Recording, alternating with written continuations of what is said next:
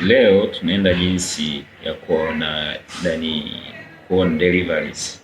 Labda mtu anakuletea mzigo, sasa unataka kuingiza kwamba huu mzigo uletwa na muda fulani na huyo hapa na huyo hapa.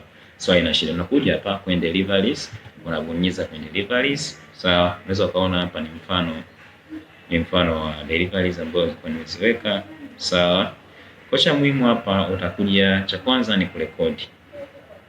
Sawa, utarekodi new delivery, utakuja supplier name, labda niseme supplier name wetu ni Kate, maybe Kate Med. Sawa, then quantity labda mzigo, then kwamba ile kwamba ni mzigo kwa ujumla, labda kaita product maybe 23 kwa siku hiyo. Then tarehe nitatumia tarehe ya leo, tarehe 8 mwezi wa 3. Then interlimax nasema mzigo umefika, so atasema kwamba the stock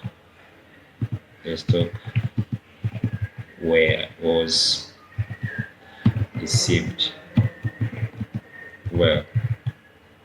Nitabonyeza hivi, then nita save stock delivery. Sawa, nitapata message, utaona hapa ndio hii hapa.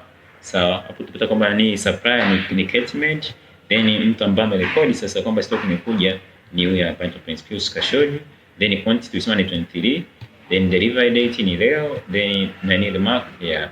Pia hapo mtu anaweza labda kama alikosea anaweza kaedit hapa, everything no problem, haina shida hapo, anaweza kaedit.